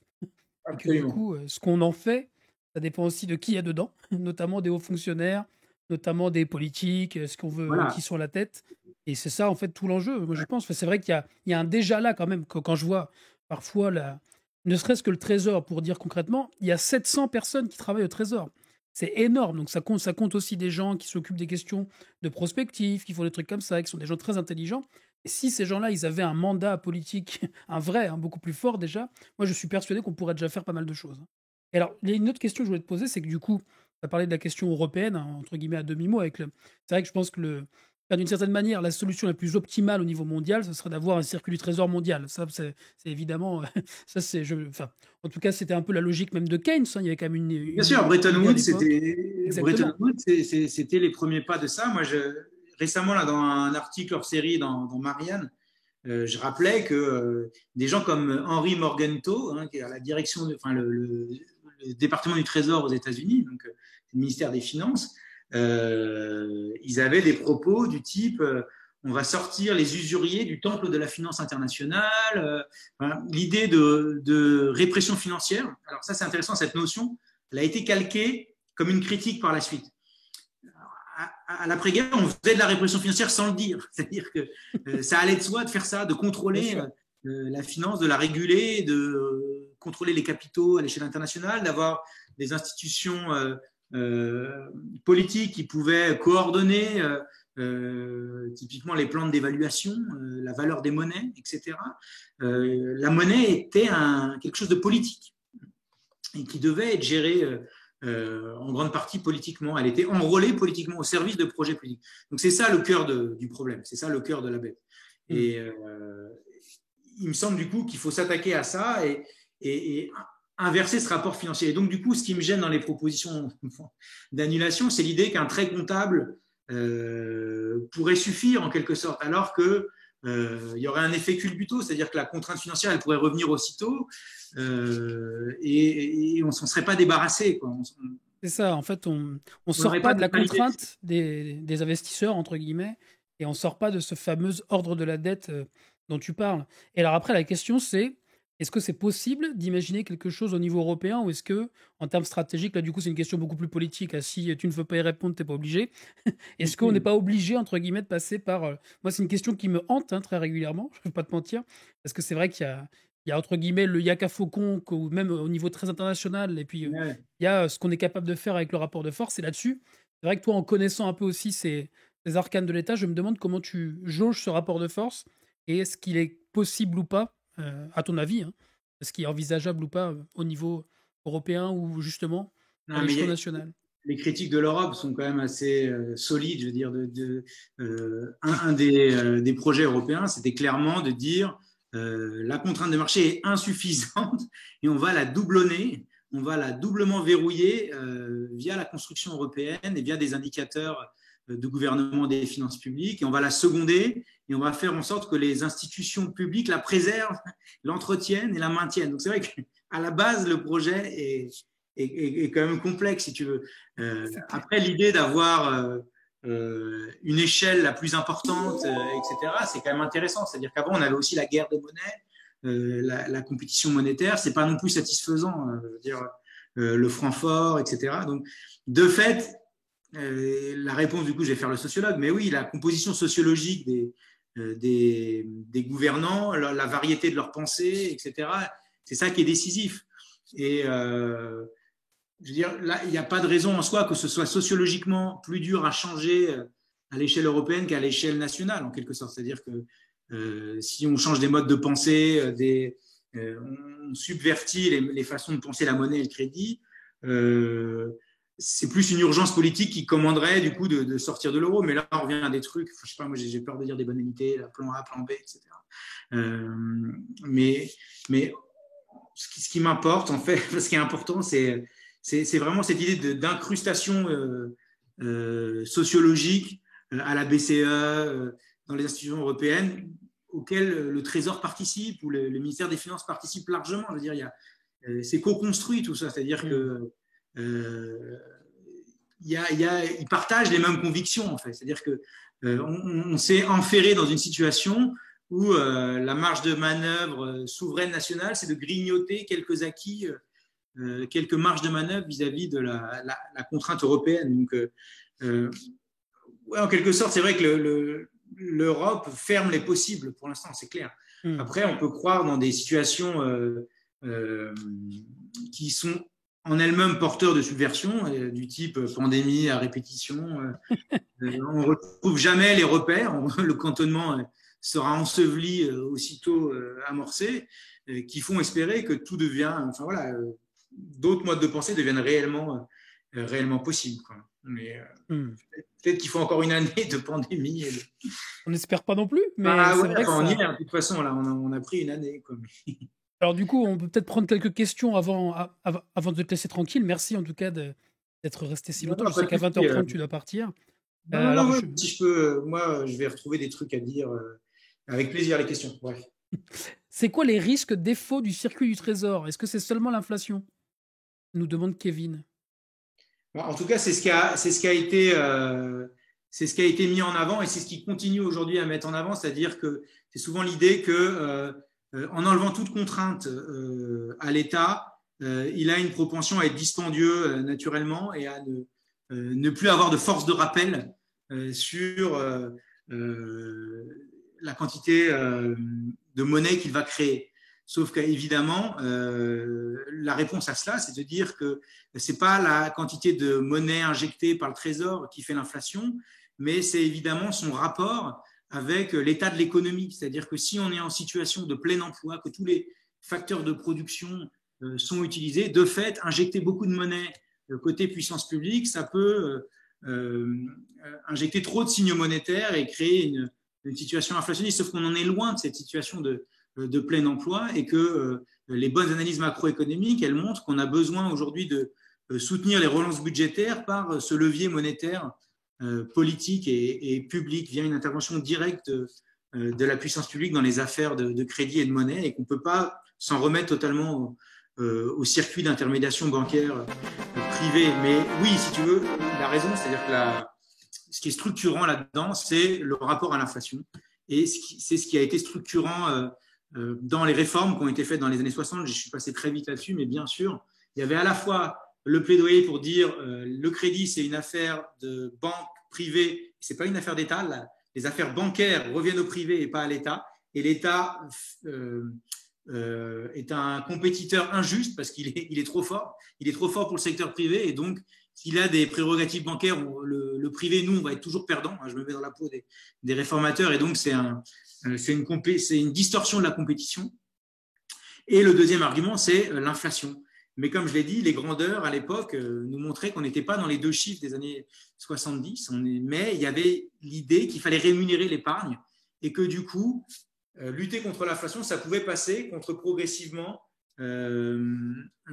poser des sabots, des verrous à la création monétaire publique, et donc diminuer progressivement ce circuit et ces guichets à robinet ouvert de souscription du bon trésor. Donc ouais, le rapport à l'inflation et aussi le rapport politique à la monnaie, à nouveau, c'est-à-dire de dire qui est efficient dans l'allocation des crédits à l'économie.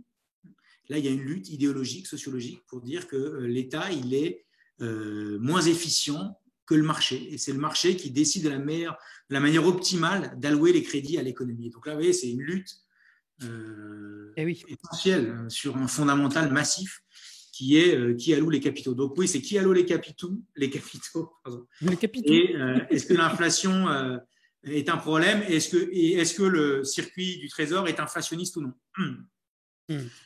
Ça, c'est central dans les questionnements des acteurs de l'époque. Et sans avoir la réponse objective scientifique, on décide, comme un principe de précaution, de rompre avec ces dispositifs. Parce que là aussi, j'insiste, quand on regarde les archives, les acteurs, ils sont dans l'incertitude totale. Ils ne prennent pas des décisions éclairées avec des fortes certitudes macroéconomiques sur les effets de telle ou telle chose. Ils agissent dans un monde incertain et ils prennent des décisions structurantes pour l'avenir avec un horizon de connaissances incomplet. Jamais complet. Mais il y a des décisions qui vont contraindre par la suite sur la base de connaissances incomplètes et d'interprétation de la réalité orientée par certains intérêts. C'est compliqué, quoi. C'est-à-dire que souvent on m'a dit oui, mais tu ne prends pas en compte la réalité économique. Est-ce qu'on peut considérer que l'économie existe indépendamment de choix politiques? Moi, je suis convaincu que non, et ce n'est pas une conviction subjective. Je pense que c'est quelque chose qu'on voit dans la réalité. Il n'y a pas de réalité économique qui préexiste au politique ou qui existe indépendamment du politique. D'accord avec ça, je pense qu'on est nombreux et nombreuses dans ce cas-là, du côté des hétérodoxes, on va dire.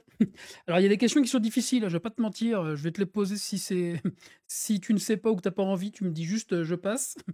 Qu'est-ce que tu penses du modèle suisse avec la monnaie VIR? Alors, moi, j'y connais rien, moi non plus. J'ai honte. Alors, il y en a une autre qui est aussi très difficile. Je te pose les difficiles, on verra s'il y en a des moins difficiles après. Mise en place d'une monnaie nationale parallèle est-elle possible?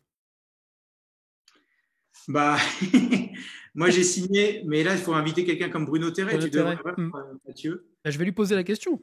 Il sera ravi, et si tu veux, bien sûr qu'il a. Moi j'ai signé des tribunes parce que alors si je peux y répondre à ça. Parce que moi j'ai signé, et puis je n'ai pas signé de manière aveugle, de manière avertie, c'est-à-dire que ça a été l'idée de Yanis Varoufakis, justement, sous pression de la BCE, d'assèchement des liquidités bancaires, etc., l'idée de mettre une monnaie parallèle gagée sur l'impôt et qui circulerait dans un circuit déterminé, alors un équivalent de circuit du Trésor, pour payer certaines dépenses et pas d'autres. C'est-à-dire que ce ne serait pas convertible universellement, ça aurait une convertibilité limitée dans un espace délimité. C'est ce que défend aussi Bruno Terret, de dire on pourrait mettre en place des bons de paiement fiscaux, c'est-à-dire que une sorte de monnaie parallèle via les bons du Trésor qui permettraient de payer certains prestataires et pas d'autres. Et l'équivalent aussi, c'est, imaginez les chèques vacances, quoi, tout simplement. C'est-à-dire que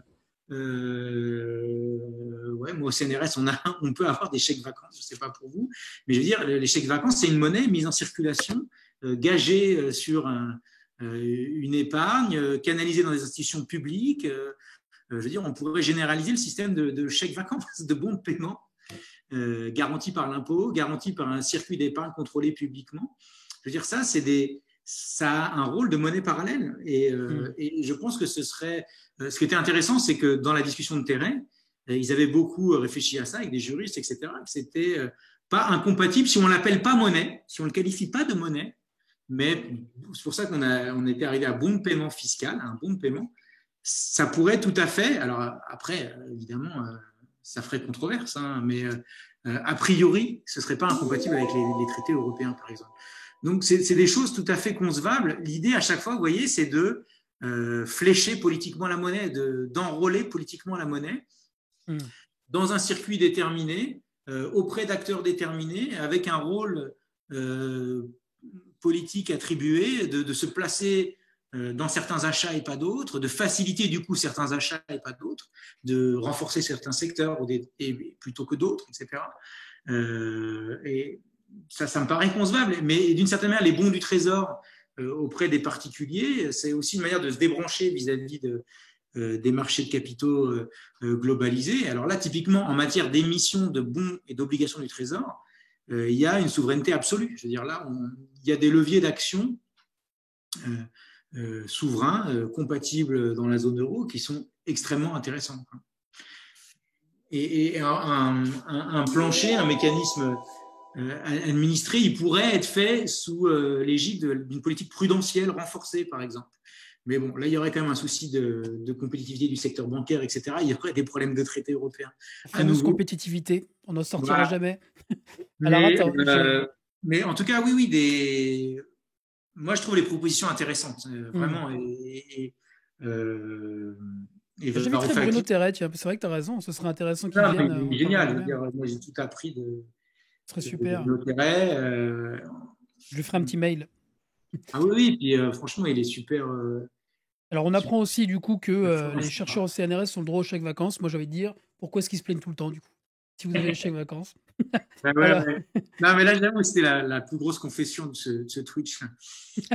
C'est le scoop. J'ai jamais utilisé, mais j'ai vu que ça existait, quoi. Parce que ça m'intéressait quand on parlait avec Terret, la Fondation Veblen, etc., les gens qui s'intéressent à des dispositifs de monnaie fiscale complémentaire. C'est exactement complémentaire à l'euro. Je veux dire, c'était une bonne illustration, quoi. C'est parlant quand on voit ce que c'est, quoi. Ça renvoie soit une forme d'épargne réglementée, soit justement simplement une émission de nouveaux bons de paiement gagés sur le paiement des impôts. Alors, je remonte un petit peu le chat. Il y a Kevin Arnoux qui demande est-ce qu'il y a des pays qui ont à l'heure actuelle un système proche de celui du circuit du Trésor? Je dirais que la Chine ne doit pas être très éloignée. Ah oui, voilà, merci. Non, mais alors là, oui, absolument même. La Chine, c'est tout à fait ça. État keynésien avec une arme monétaire absolue. Et c'est assez génial d'ailleurs, la Chine comme créancier du monde, à ce titre-là. Et il y a un sujet absolu sur la Chine, c'est la Chine, grande financeuse des pays émergents. Et là, il faudrait que tu refasses une autre émission, je voudrais bien t'aider, sur toutes les restructurations en chaîne qu'il va y avoir, les faillites d'États émergents. Et donc, tu as une tentative de coordination des créanciers officiels, des États qui prêtent aux autres États. Et c'est le G20, etc. Donc, on fait une pause, un moratoire dans le paiement des dettes.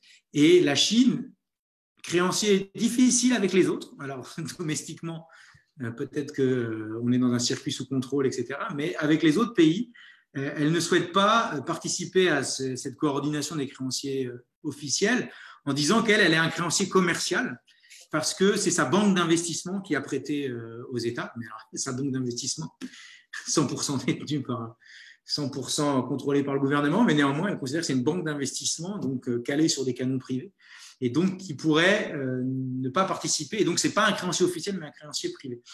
Mais Mm. donc oui, la Chine, c'est un très bon exemple. On parle souvent du Japon, en tout cas pour insister sur l'absence de contraintes de marché obligataire globalisé. C'est-à-dire qu'on a une dette détenue par des créanciers domestiques. Néanmoins, là à nouveau, il y a une notion importante, c'est-à-dire qu'un créancier domestique peut lutter contre les intérêts sociaux d'un autre créancier domestique et le créancier de la dette sociale qui bénéficie des dépenses publiques. Donc, cette idée de créancier domestique, alors certes, ça débranche des marchés financiers globalisés, mais ça ne débranche pas de l'injonction de certaines élites au sein d'un pays Mm. à faire valoir la défense de l'épargne à tout prix contre d'autres priorités. Donc, c'est pas tout à fait l'équivalent structurel d'un circuit du trésor. Mais donc, globalement, alors, on pourrait trouver des exemples. Je suis pas. Globalement, la tendance a été de démanteler cela, Ben oui. de mettre fin au contrôle des capitaux, de globaliser les marchés financiers dans les années 80, la compétitivité du crédit, de l'argent, la liquidité, etc. Et cette connexion. Alors, si j'ai un exemple, ça y est, merci. Mais, par exemple, l'Argentine qui a été aux prises avec les fonds vautours entre 2010 et l'arrivée au pouvoir de Macri 2016, pendant le gouvernement de Cristina Kirchner, ne pouvant pas réemprunter massivement sur les marchés obligataires parce que donc elle était bloquée, ses paiements étaient bloqués. Ces paiements des créanciers internationaux étaient bloqués. Ces paiements de ceux qui avaient accepté la restructuration qu'elle proposait étaient bloqués par une décision de justice et puis une armée d'avocats qui mettait la pression sur les actifs de l'Argentine à l'étranger. Bon, bref, il a fallu mettre en place un système de financement domestique et il y a eu un équivalent des circuits du Trésor avec un changement du mandat de la Banque centrale argentine auquel on a ajouté des objectifs sociaux dans son mandat, de soutien de la croissance et de maintien du niveau de vie, etc., de la population.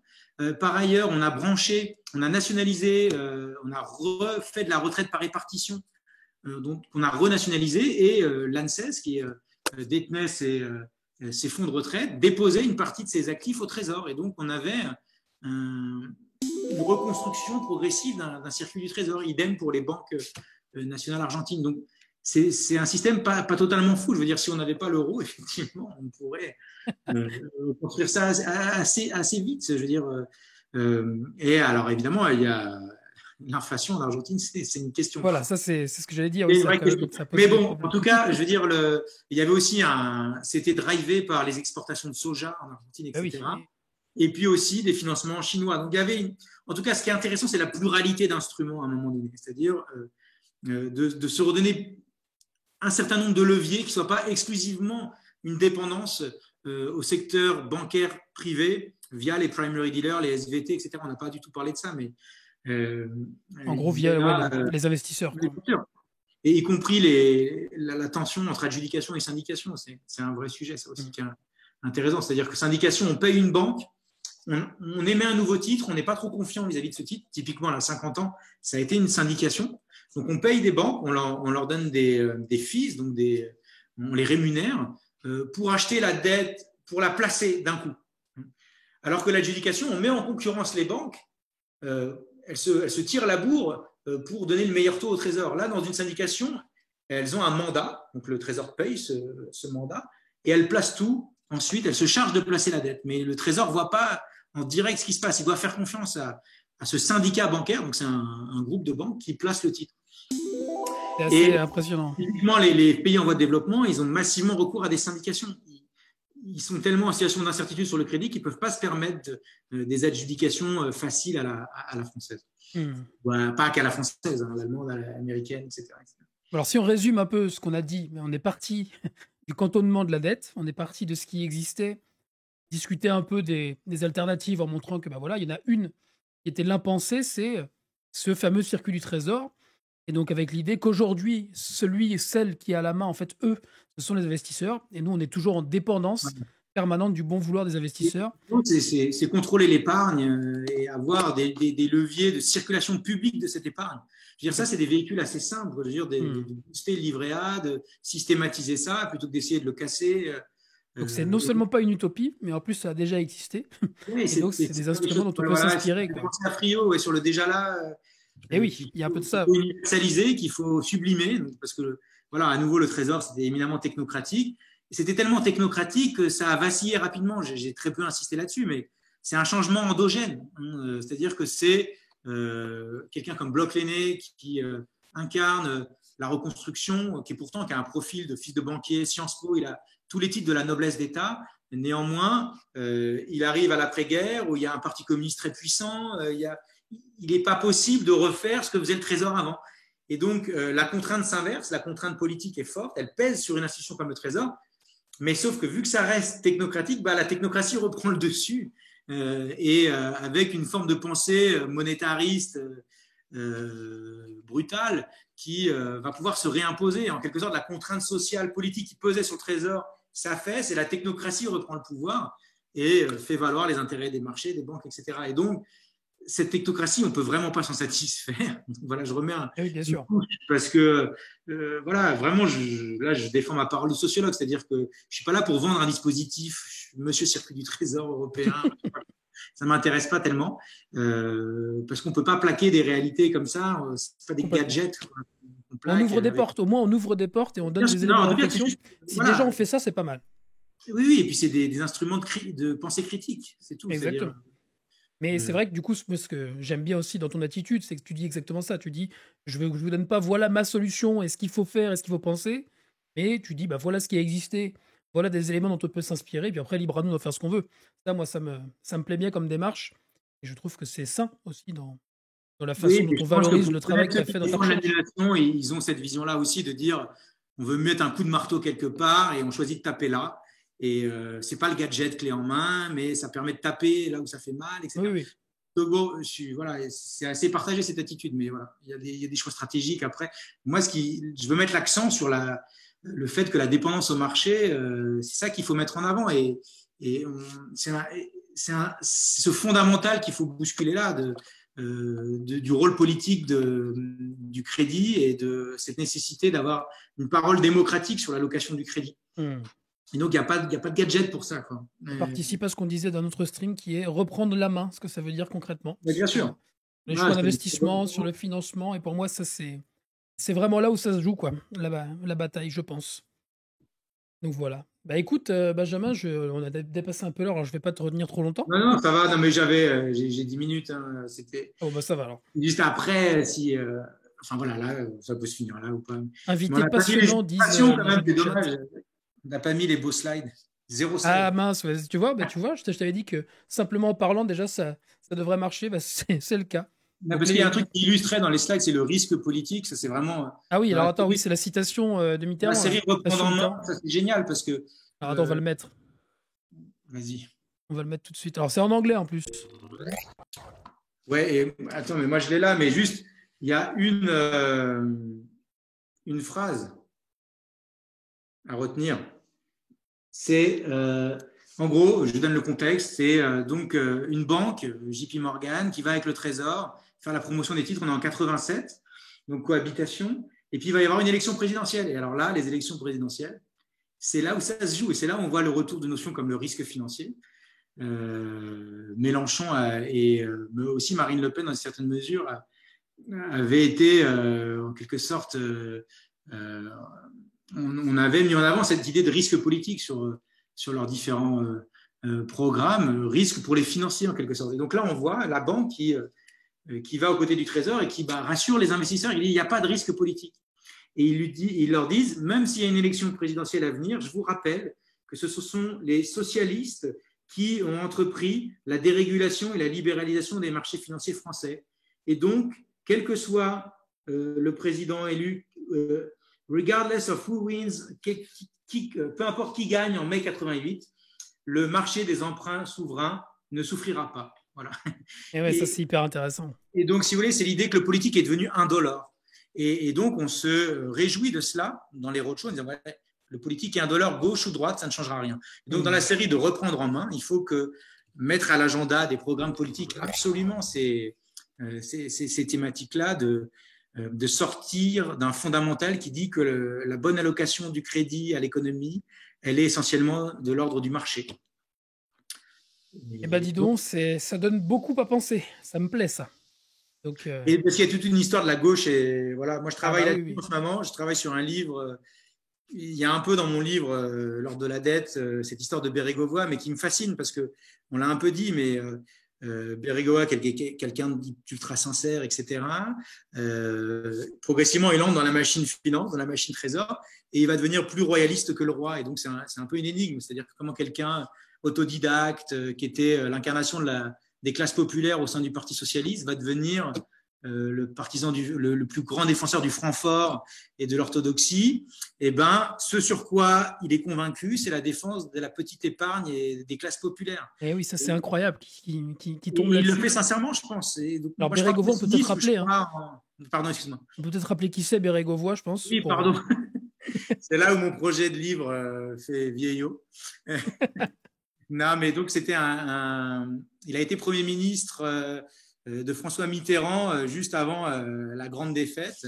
Il a défendu Maastricht, il a été quand même un partisan de la sortie du SME au moment du tournant de la rigueur en 83. Donc c'est un homme politique socialiste, venu des classes populaires, qui n'a pas fait l'ENA, qui n'a pas les titres de la noblesse d'État justement, mais qui va devenir un homme politique très important et très proche de Mitterrand, et qui a été aux manettes au milieu des années 80, au moment où on a déréglementé, enfin, en tout cas, on a créé un marché de l'argent désegmenté, décloisonné. On a ouvert la France au marché financier, notamment, on a eu des réformes sur la dette publique française, et il a aussi incarné la rigueur sur les comptes sociaux, etc., etc. Donc il est devenu un peu le père la rigueur, hein, en s'y opposant au départ autour de 82-83, mais après il est devenu un des plus fervents partisans de l'orthodoxie financière. Et donc il y a toute une histoire de la gauche et de la finance qui est extrêmement intéressante. Il y a une BD qui va sortir prochainement avec Benoît Colomba, je ne sais pas si vous voyez, qui est un super journaliste de France Inter, qui met en image l'histoire de la gauche, du chômage et de la finance. c'est intéressant, ça. Ça Donc, devrait en plus, sortir très prochainement. Voilà.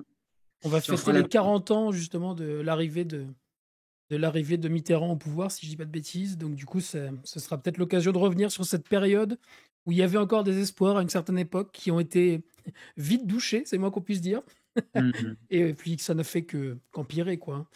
Et c'est vrai que ça fait un moment qu'on n'a pas connu des motifs d'espoir qui font suite à une élection présidentielle, je Je pense. pense que là, il faut détourner le sens de la responsabilité financière qui a été pour l'instant colonisée par l'idée de l'équilibre budgétaire, la désinflation, la confiance au marché, etc. Et maintenant, non, la responsabilité financière, c'est d'adjoindre des critères politiques, des critères écologiques, des critères sociaux sur la finance, sur ce qu'est la finance et les finances publiques, pas que finances publiques.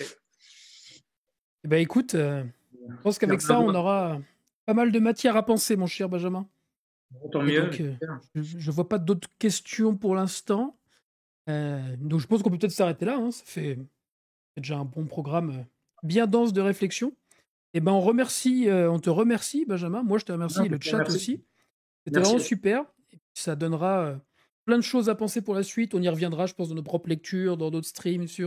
Et voilà, au moins maintenant, cette histoire de Circuit du Trésor, ces discussions sur comment reprendre la main, voilà, les perspectives se sont ouvertes, je crois.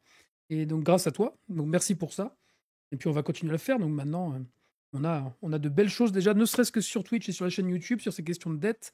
Et ça commence à faire voilà, un joli paquet de choses à penser. Donc, merci beaucoup à toi, Benjamin. Merci à vous. Et puis, Merci à du toi, coup, Mathieu. puis on se revoit bientôt. De toute façon, nous, on se revoit. Bravo. Alors oui, on peut faire de la pub pour ça aussi, il n'y a pas de raison. Le 11 février, il y a une journée qui est organisée par la CGT. Et il y aura du coup Alban et Léo qui sont déjà passés sur ce stream. Il y aura toi et du coup Anne-Laure Delade dont on a parlé. Ce sera de 10h à 12h30 pour le matin, mais pour nous, ce sera de 14 à 16h30, si ça te convient d'ailleurs. Et puis voilà, il y aura Philippe Martinez qui sera aussi dans le coup le 11 février. Pas vraisemblablement la conclusion politique de ça. Donc ça devrait être intéressant. Je profite pour faire la pub au passage. Génial. Et puis bah voilà, à très vite, Benjamin, c'était un plaisir de t'avoir. Pareil. Et puis Bonne bah à plus tard. continuation. Même si je t'ai Ciao. pas vraiment vu, hein, jamais là. Ah bah oui, bah oui, t'as J'ai vu pas que réussi ta à photo, mais elle est Il très faut que belle. j'achète une deuxième webcam. Ça, c'est l'urgence politique pour moi, à court terme. Salut.